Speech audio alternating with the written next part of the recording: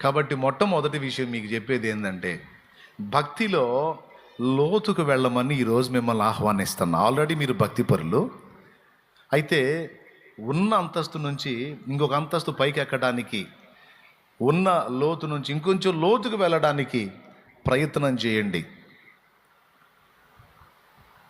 మీరు కలిగి ఉన్న దేన్ని బట్టి కూడా కలత చెందకండి.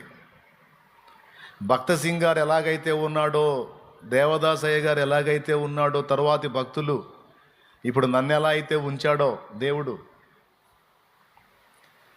నాకదే ఈ రోజుకి నా ధీమా అదే. ఎక్కడ ఎవడు గదిలినా, ఏ అవసరం వచ్చినా, ఎవరు ఏ విధమైన బెదిరింపులు తీసుకొచ్చినా నా ధైర్యం ఏంటో తెలుసా? నా దేవుడు, ఆయన యందలి నాకున్న భక్తి.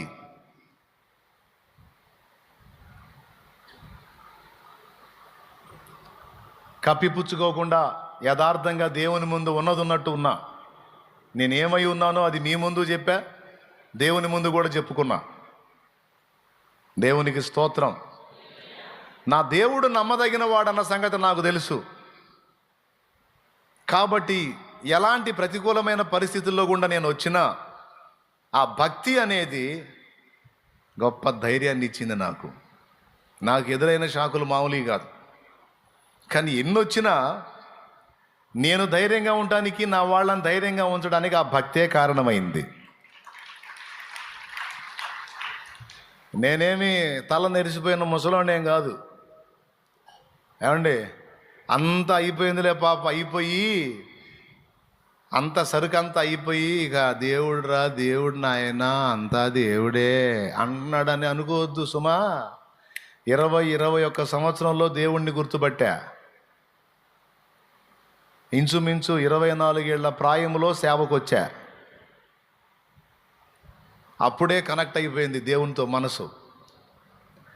అప్పటి నుంచి ఇప్పటిదాకా దాదాపు 18 సంవత్సరాల పైచిలుకు దేవుని సేవలో ఉన్నా. 42, 43 ఆ ప్రాంతానికి చేరా ఇప్పుడు. స్తోత్రం, హల్లెలూయా. మరి ఆలోచించండి, ఏ ఏ టైంలో కనెక్ట్ అయింది దేవుడికి? ఏమన్నా ఎంతకి ఇంట్రెస్ట్కి వింటున్నారా, లేకపోతే ఏం భక్తితో పోరా బాబా అంటున్నారా? మ్యాటర్ మీ క్లారిటీ ఉందా? ఒక్క పదం దగ్గరే తిరుగుతున్నాను నేను ఫస్ట్ ఇందాక నుంచి, ఎందుకంటే దాని ప్రాముఖ్యత అలాంటిది. ఇప్పుడు మీలో కొంతమంది యంగ్స్టర్స్ ఉంటారు, ఓ తలకాయ నిండా బోల్డన్ని ఆశలు, ఆలోచనలు, కోరికలు, వాంఛలు, రకరకాల. నేను అంటాను, అవన్నీ బుస్సు బాబు, బుస్సు. అవి కాదు, దేవునికి లింక్ అవ్వు, 10 మందికి దీవెన అవుతావు అని చెబుతున్నాను నేను. దేవునితో అనుసంధానం చేయబడు చెల్లి, 100 మందికి, 1000 మందికి దీవెనకరమైన పాత్ర అవుతావురా తల్లి అని చెబుతున్నాను నేను. కొంతమంది దాన్ని తీవ్రంగా తీసుకుంటారు, కొంతమంది దాన్ని పక్కన పెట్టేస్తారు. మీరు పక్కన పెట్టేస్తారని అయితే అనుకోను నేను, ఎందుకంటే మీరు సోదోళ్ళు కాదు, భక్తిపరులు. కాస్తో కూస్తో భక్తి ఉండబట్టే మీరు దేవుని పాదాలు వెతికారు. దాంతోపాటు ఇంకొంచెం పేతురు, నీ ధోనిను కొంచెం లోతునకు నడిపించు అన్నాడు. భక్తిలో లోతుకు పోయినప్పుడు ఏం జరిగిద్ది అంటే, నంబర్ 1, లోకమును మనం చూసే దృక్పథం మారిపోయింది. Point number 1 రాసుకోయక. భక్తిలో లోతుకు వెళ్ళే కొద్దీ ఏం జరిగిద్ది అంటే, లోకాన్ని మనం చూసే దృక్పథం మారిపోయిద్ది. లోకం భయపడే వాటికి మనం భయపడం, లోకం లక్ష్య పెట్టిన వాటిని లక్ష్య పెట్టం, లోకం ఆందోళన చెందే వాటి విషయంలో మనం అస్సలు ఆందోళన చెందాం, లోకం కదిలిపోయే సంగతుల విషయంలో మనం కనీసం వీసుమంతా కూడా కదలం.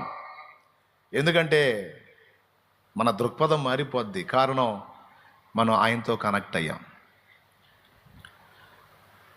దేవునికి స్తోత్రం. మీరందరూ నిజంగా అలాంటి భక్తిపరులు అయితే చూడాలని నా ఆశ.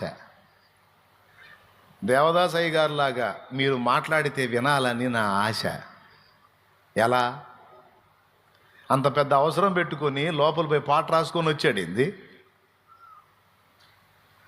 నాకేం కొదువు అంటాడేంది? కానీ జరిగింది అదే. అప్పటి వరకు కూటాలకు సాయం చేసిన వాళ్ళు సర్దుకున్నారు. ఆ సంవత్సరం ఎవ్వరు ఏ విధంగానూ హెల్ప్ చేయలే. బ్రేక్, టైం దగ్గరకు వస్తుంది. కానీ ఆశ్చర్యం చెప్పనా, ఎవరున్నారని చెప్పాడు? నిజంగా మీరందరూ అంత ధీమాగా ఉంటే ఎంత బాగుండు. కానీ ఏం చేద్దాం, ఇంత సెగదగలంగానే కలవరం. మళ్ళీ భక్తులే. దేవునికి స్తోత్రం కలుగును గాక.